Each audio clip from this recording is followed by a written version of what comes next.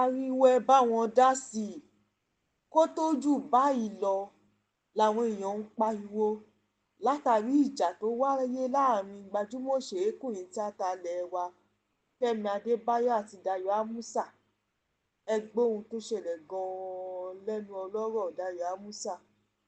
Ọ̀dẹ̀ ni ẹ́ Fẹ́mi, ọ̀dẹ̀ ni ẹ́, ọ̀dẹ̀ ni ẹ́, ọ̀dẹ̀. O jọ mí lójú. O jọ mí lójú gan. Ṣé o jọ mí lójú gan? Like I repeat myself, I don't have I just needed to do this video. You came to me that I should go ahead and make a video for a damage control. You called me. So that was why I feel like your wife is misinformed, or when she was like, I called you, I was begging you, I was apologizing. Didn't you tell her how the whole thing went? Didn't you tell her you were the one who called me? Didn't you tell her you were the one who asked me that I need to do another video for a damage control because people are coming on you? Because you are now making it look like I came publicly to mess you up, blah blah blah blah blah, and then I'm coming privately. Some people say I'm coming privately to beg you apologize. Who told you I'm apologizing? I've never apologized about the fact that I'm not pleased with anybody picking a cross-dresser for a best female dressed. Me o apologetic fún yẹn o. Ẹ má get it wrong o. Mo ko wa apologetic but you are feeling the way you are feeling because none of us expected the thing was going to escalate as much as it did.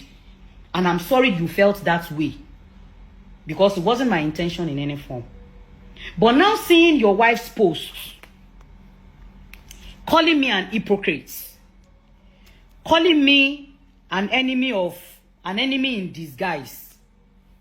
Aladuke, o ju ẹnu ẹ lọ, my darling. Ìyàwó mi, o ju ẹnu ẹ lọ. Calling me mi ò ní pé kó má defend ọkọ ẹ. Like I said, if you don't defend him, who will? But you trying to insult me in that process, o ju ẹnu ẹ lọ. Ṣọ́rọ̀ mi yé, kí n sọ ní Yorùbá, kó lè jọ yéra wa.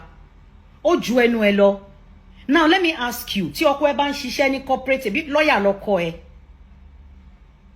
Tọkọ ẹ, if your husband should have an issue at his workplace, it is rightful of him to get home and update you. Would you have called his colleague and be insulting them? I'm sure you wouldn't do that. I never insulted you guys.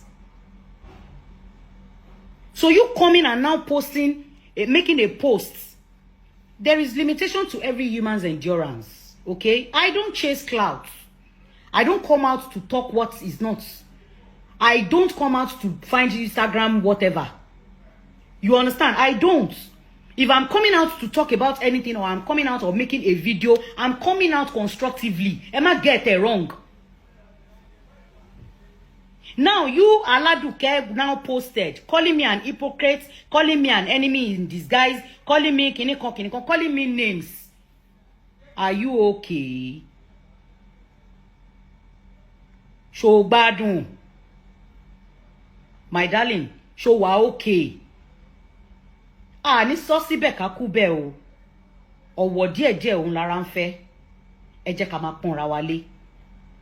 I don't chase clout, I repeat. Now, let me now drop that one aside. Femi, you yourself, you now came under my post. I'm disappointed at you. So yeah, I'm so disappointed at you. You are one of the people in the industry that I respect so much that I will go out of my way 1,001 million times for.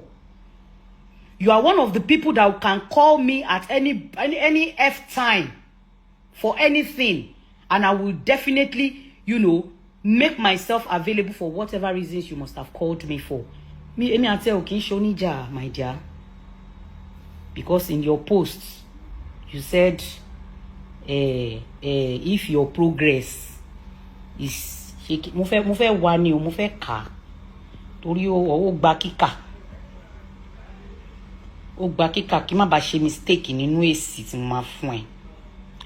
You said, I now see that you truly want to come for me. You have actually done it with the wrongest person, Dayo. If my success is your problem, you can never have peace of mind. Jẹ́ kí n kọ́kọ́ address ẹ láti bẹ̀ yẹn. My darling, your success is not my problem. As a matter of fact, ever since tó ti ń ṣe nǹkan rere nílé ayé ẹ tá ti ń relate, I have always celebrated you. I have always supported you. I have always prayed for you, and I've always been proud of you.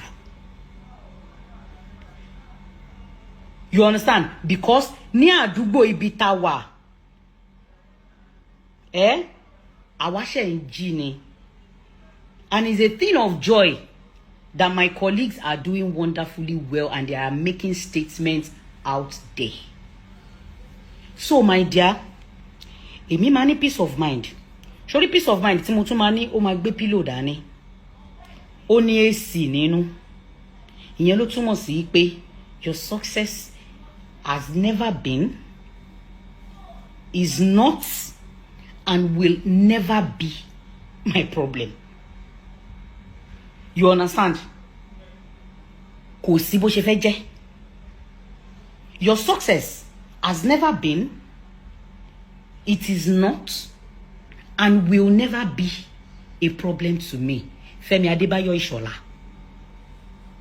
So for that reason, èmi máa ní rest of mind. Ṣọ́rọ̀ mi yé, jẹ́ ká fi síbẹ̀. Because I have just started. Of course, you have just started. Ọlọ́run ò ní dáwọ́ rẹ dúró, inshallah. It's advisable you channel your energy to your career. Thanks for the advice. I will channel so much energy to my career. Ṣọ́rọ̀ mi yé.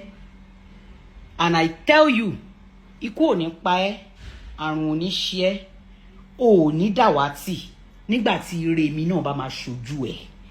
Ṣàmì kò gbé tọ́ mi. Femi Adebayo, I am disappointed at you. Gbogbo ẹnu ni mo fi sọ. Because nígbà míì, àgbà ò kàn gbọ́ orí. Gbogbo ẹnu ni mo fi sọ. I am disappointed that for you to even think your success can be a problem to me. For you to even have that ideology. Ó sad gan. In fact, ó show bí wọ́n gan ṣe ń ronú. Ó show bó ṣe ń ronú. Ó ń ronú bí ẹyẹ. Ó ń ronú bí pẹ́pẹ́yẹ. Ó ń ronú bí ẹni tí ò lálámọ̀ràn. Ó ń ronú bí ẹni tí ò rẹni fọ̀rọ̀ lọ. Kí ló ń ṣe ẹ́? Now you now ended up with, and not to be too busy bringing you down, my darling. Jọ̀ọ́ torí t'Ọlọ́run, kí ni bring down wọ́n fẹ́ dà fún mi o?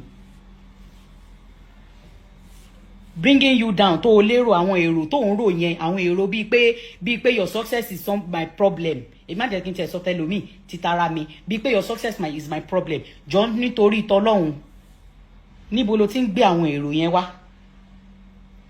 Èmi ò kì í ṣe kẹ́ni má ní ẹ̀dá o. Èmi ò kì í ṣe kẹ́ni má ní ẹ̀dá.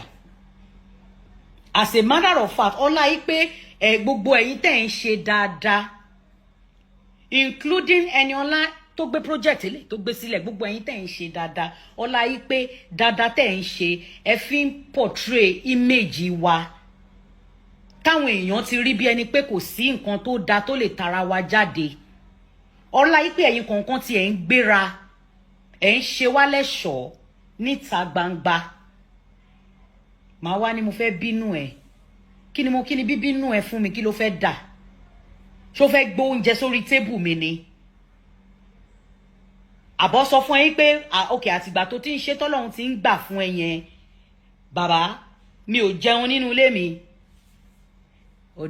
Ẹ̀yin èèyàn, kí lẹ rí sí ohun tí Dayo Amusa sọ nípa Femi Adebayo?